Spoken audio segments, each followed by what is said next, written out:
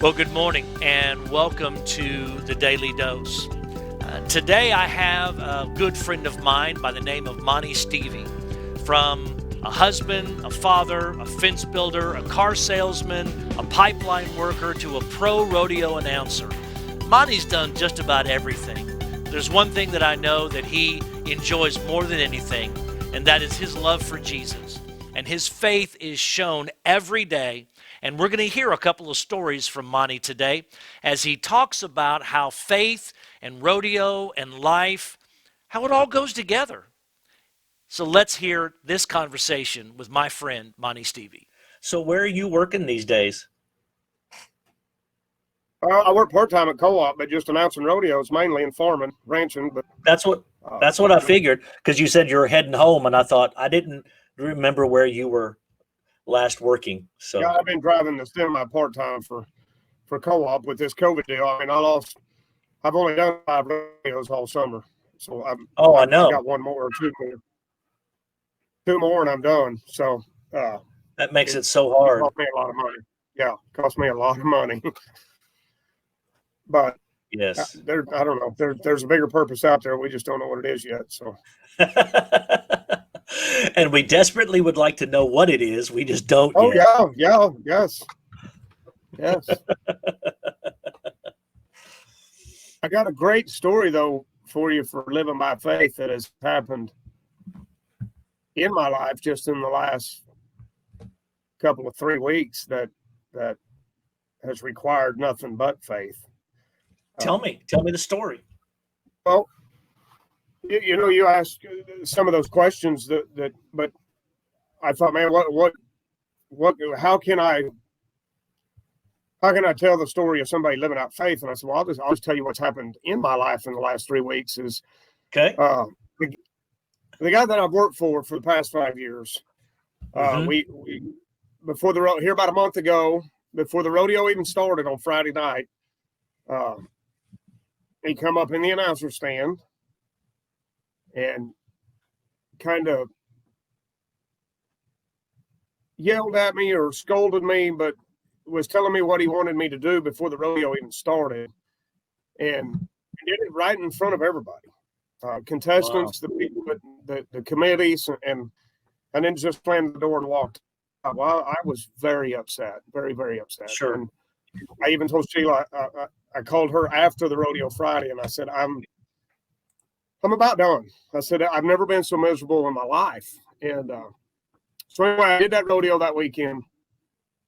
I came home. We went to church Sunday morning. And then after church, Sheila and Kendall went to a barrel racing.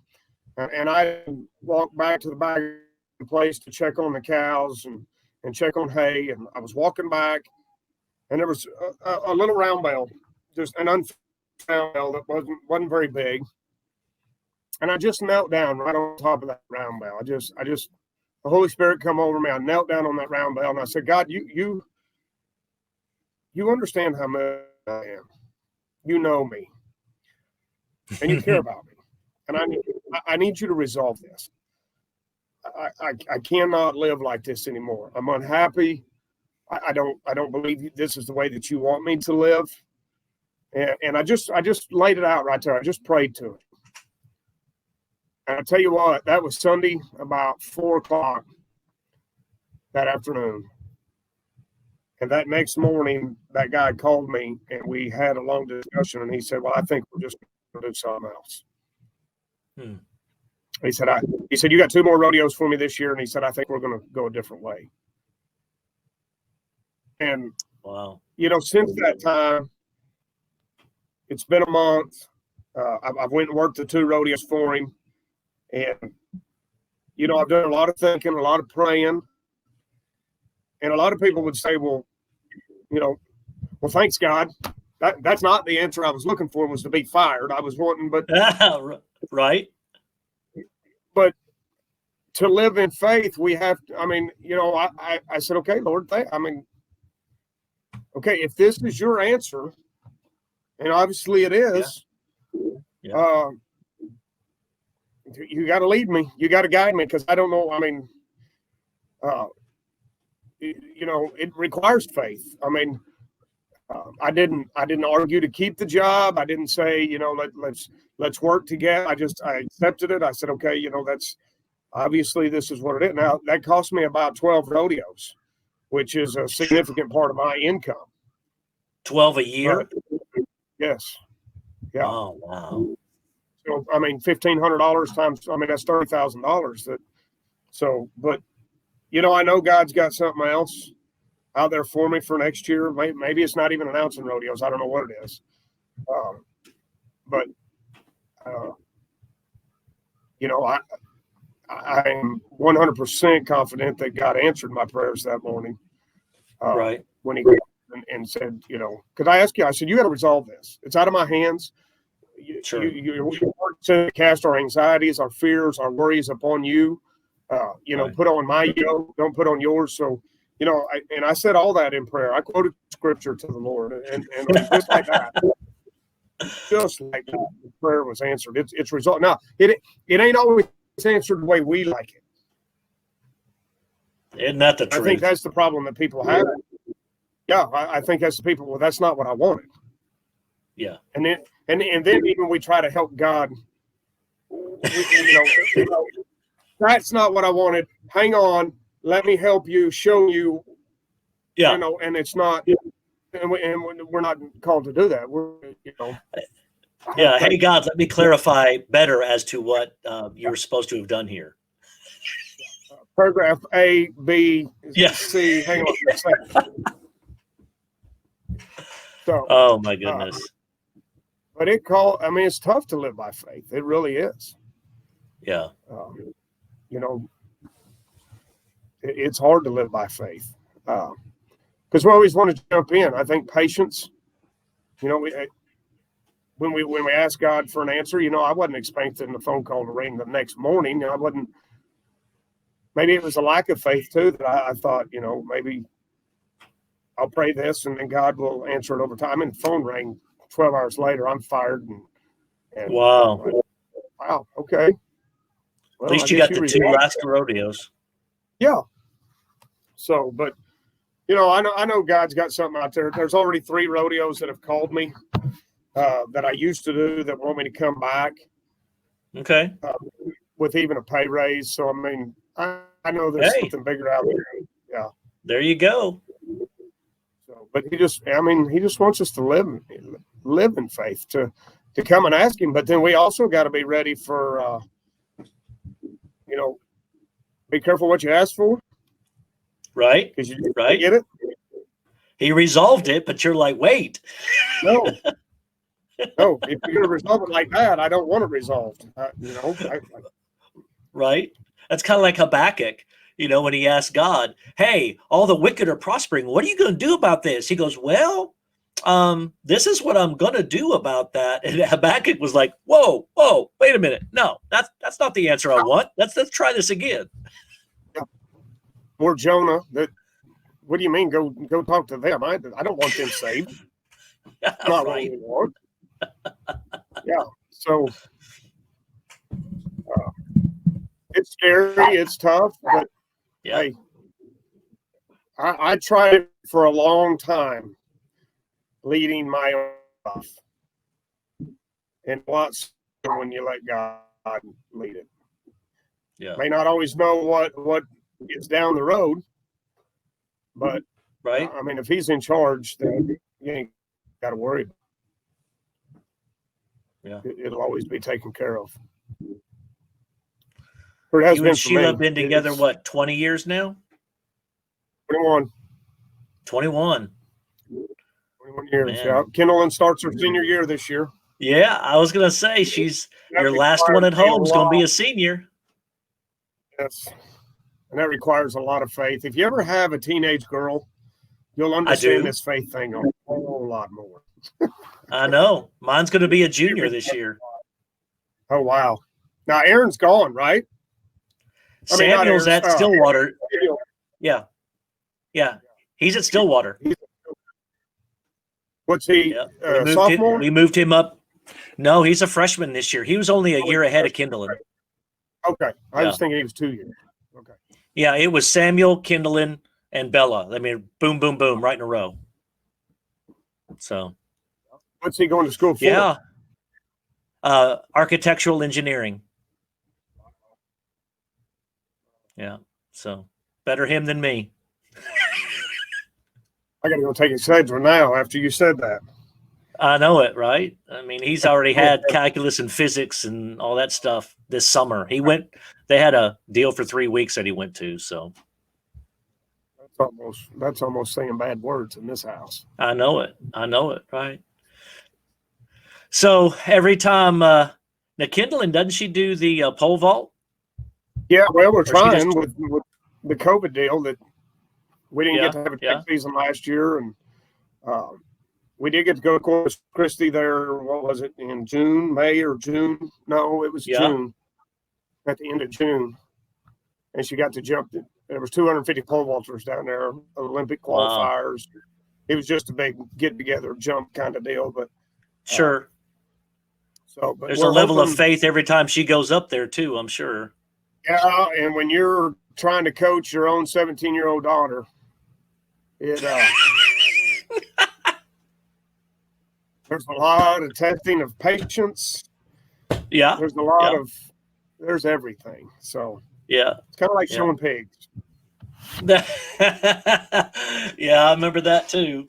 Oh man. Now, is your brother-in-law still raising pigs? No, he's a Farm Bureau agent down here in Texas now. Okay. Yes, I mean, he's still raising pigs. His daughter is going to be a junior at Oklahoma State this year, and she's on the judging team there. Oh, wow.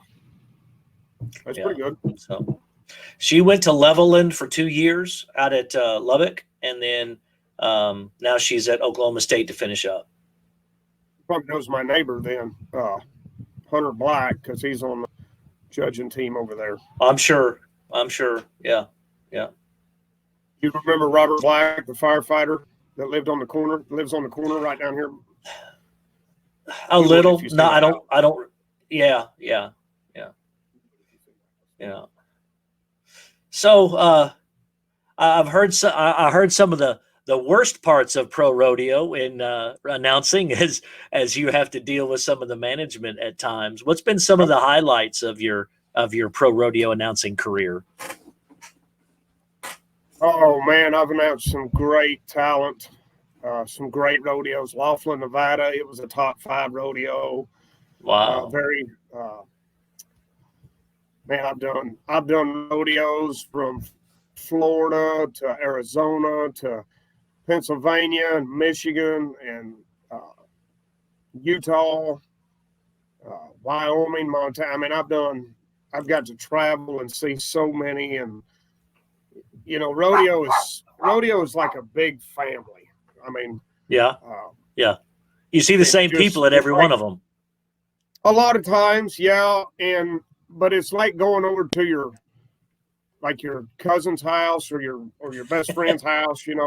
We just all meet up at the rodeo. That's the best thing about rodeo is if I was going to a rodeo in Michigan and I broke down in Illinois, I could call somebody and within probably an hour or 2 hours, somebody would be there. I mean, yeah, because you just know so many people, so many places. But sure, I don't know. Some of the best things about I just love. I mean, I get to do what I love every weekend, which is rodeo, and right.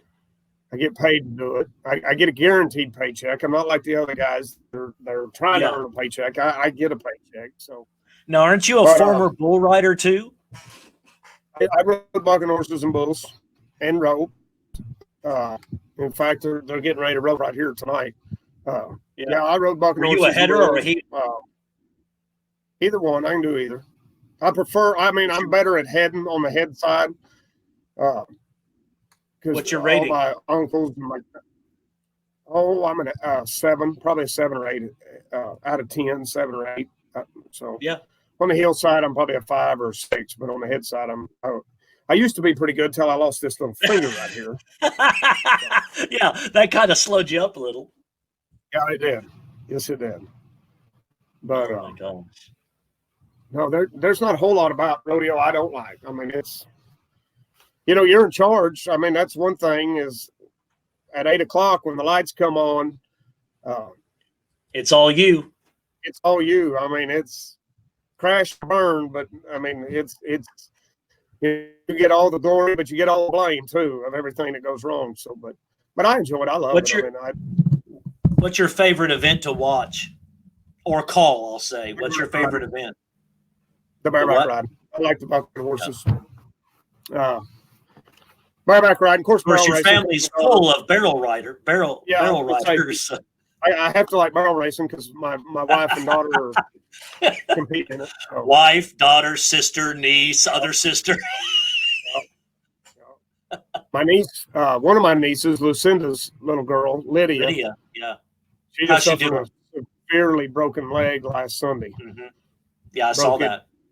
Broke it below her knee, above her knee, and then at her hip. She really, really bad. So, but I mean, that's part of rodeo. It doesn't matter what event you're doing, what part of when Right. you play with large farm animals. At some point in time, you're gonna lose. It's just the way it is. Yeah, So, it is. It is. but rodeo's led to a lot of things. I mean, I've got to preach now. Yeah. I've gotten to preach at Pawnee. I've got to preach at Cleveland. I've got to preach in Arizona. I've got to preach. I mean, just several places that, Yeah. I think it's kind of funny that it's almost like the Lord knows what He's doing when He puts you into a What? yeah, when He puts you into a profession, and then it's like, oh man, I'm a rodeo announcer. That's what, and God says, yeah, but I'm using that to get you on this platform. Yep. Because if you can speak over there, you can speak over here. Right. So, I mean, that's probably what I love about it the most. And I'm not just saying it because it's a church setting or because we're interviewing, but man, I genuinely I know. I genuinely love to preach. I really do. I remember years ago now. I remember when I was up there, the first time. I think it was your first time that you were going to preach at a rodeo, and it was. We had a conversation about that, and you were like, "Okay, what do I need to do? What am I supposed to, And you're an old hat at it now, but I remember back when it was still fresh on your mind about doing that. Yeah, and me and God was arguing because I mean, again, I was like, you've picked the wrong guy. There's, send somebody else up there. I'll announce the rodeo. You send somebody else over there. But right, again, talking about living by faith, it's it's not that God couldn't pick somebody else to do it. He wants you to do it, and right, and I think that's what He's called us all to do. Whether it's across the table at your family or across the office and as somebody you work with, or behind a pulpit to 100 people, or I got to preach at Marshall, Oklahoma here just about 3 weeks ago, and I preached to 5 people. There were 5 people in the congregation, but like I told my wife, I said, you know what? What is going on? But like I told my wife, I said, God had this plan before the creation of the earth that I was going to stand right here in front of 5 people and preach what I was going to preach. That's right. So one of those 5 people, or maybe even me, but one of us one of us 6 needed to hear that message on that particular night. So, right. Yeah, anybody that's familiar with rodeo understands some of the difficulties, maybe some of the hazards of the life of the outside of the rodeo times. And I know you're in the announcer's booth, but there's still got to be some temptations or difficulties that you've had to deal with over the years to have integrity with God. What are some of those, and how did you deal with those?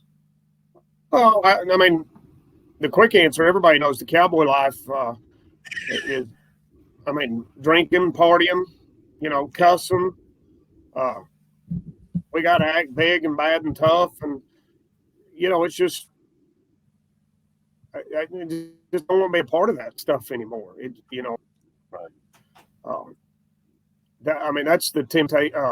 They all want to go to the bar and maybe hook up for the night even, or, there's even times that when you are an announcer, people look at you like you're in a bigger role than anything else in the rodeo, because you kind of have control of what's going on, and you're the voice and you're the face behind it. And I mean, there are temptations that come with it. And you know, man, that, you know, before me and Sheila, it is funny that God doesn't give you anything until you're ready. If he gave this to me before me and Sheila got married, I'd have never been a rodeo announcer, because I would have been in the bars, and I would have been, you know, just, Yeah. I wouldn't have been able to do what I do now. And,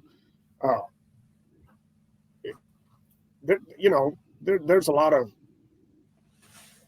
just even, you know, one thing that was tough is I did a college rodeo at Oklahoma State University, and it's very ethnic, diverse at Oklahoma State. And they asked me to not pray to Jesus Christ because it was singling out one religion. Okay. And I told them, I said, look, if I'm going to be the announcer, we're only going to pray to Jesus Christ. Right. Hire me, fire me. But when I stand up there and pray, it'll be to Jesus Christ. Right.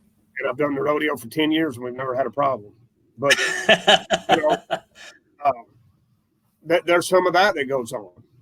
Sure. Just, you know, like we try to take Kendall, like we went to the dance at Pawnee just a couple of weeks ago. They have a big dance after the rodeo each night. And we always, on Saturday night, me and Sheila always go over there and we dance together and we stand around and we talk to some of our friends. But we do it without drinking. We do it without cussing. We do it without any of that, just to show that you can have a good time and you don't have to do all that stuff. Right. And maybe there's a lot of arguments whether, well, Jesus drank wine and all this stuff, but it says not to cause your brother to stumble. I don't know who's watching me and says, oh, Monty may have a drink, so I'll have a drink. Well, then he becomes an alcoholic and it ruins his life. Right. That's what me drinking one beer could cause, or whatever else. So, you know, it's not that I wouldn't enjoy some of those pleasures. Sure. So that's temptations. I think that's the temptations that you have to fight away, that you have to say, you know, what's it going to hurt if I drink, or if I do this, or if I do that? Really, what is it going to hurt? Well, we don't know what it's going to hurt. Right. If you could tell somebody who may be listening that, you know, who's struggling to find their way either to live by faith or to choose to live by faith because it just seems to be a struggle, what would you say to encourage them to try that and to move forward in their faith? Right. It's hard. I mean, you just have to pray. And I mean, you have to pray and you have to read the word. You have to be in the word and you have to pray. And then you have to be willing to, you know, we just had a Sunday school lesson about the pigs when Jesus cast out the demons of Legion into the pigs, and they ran off the cliff, and they told Jesus to leave, and Jesus got in the boat and left. And people say, well, why didn't he? Because Jesus ain't going to force himself on us. It's our choice. Sure. But I think it's the same thing with trying to live your life in faith. When we pray and read the word, we also have a choice that I can either give in to those temptations. I can either go back to the way or I can say, you know what, I'm going to trust God here. I'm going to trust the Lord that I'm going to see how this works. And like I said earlier, it may not always be the answer we want. And I think that's where we fall short, because we say, well, Lord, I'm bringing this to you. I want you to answer my prayer. You know that I'm miserable. You know I'm this. You know that this is my job, and you got to help me, and you got to resolve it. With answers is you're fired. You go, well, that can't be from God. Right. Now, how can I make my payments? Right. How can I feed my family? How can I? Well, now you've just put more worries on my plate. No, that's you choosing to worry. You have to say, you know what? I don't know what's in front of me, but I'm just going to Right. keep praying, and I'm just going to keep asking God to hey, guide me. Yeah. Show me, just lead me. Let me be smart enough to see what it is that you're prepare me for whatever it is. Mm-hmm. It's a whole totally different mindset than well, now you've put a whole different worries on my plate. Now I've got to go do that, Sure. or now I've got to go get a job, or man, I'm going to go get a drink. My day is horrible. I'm going to go get a drink. I'm going to do my drugs. Well, we know how that ends. What if we get on our knees? Absolutely. Yeah, we know. I mean, what if we get on our knees and pray and say, you know what, God, not really the answer I wanted, but I'm going to trust you. Yeah. I mean, but you got to pray, and you got to know. I mean, you got to be in tune with Him. It's a relationship. It's a two-way relationship. It ain't just it ain't just a 911 number that we call when we're in trouble. It's a relationship. I mean, it really is.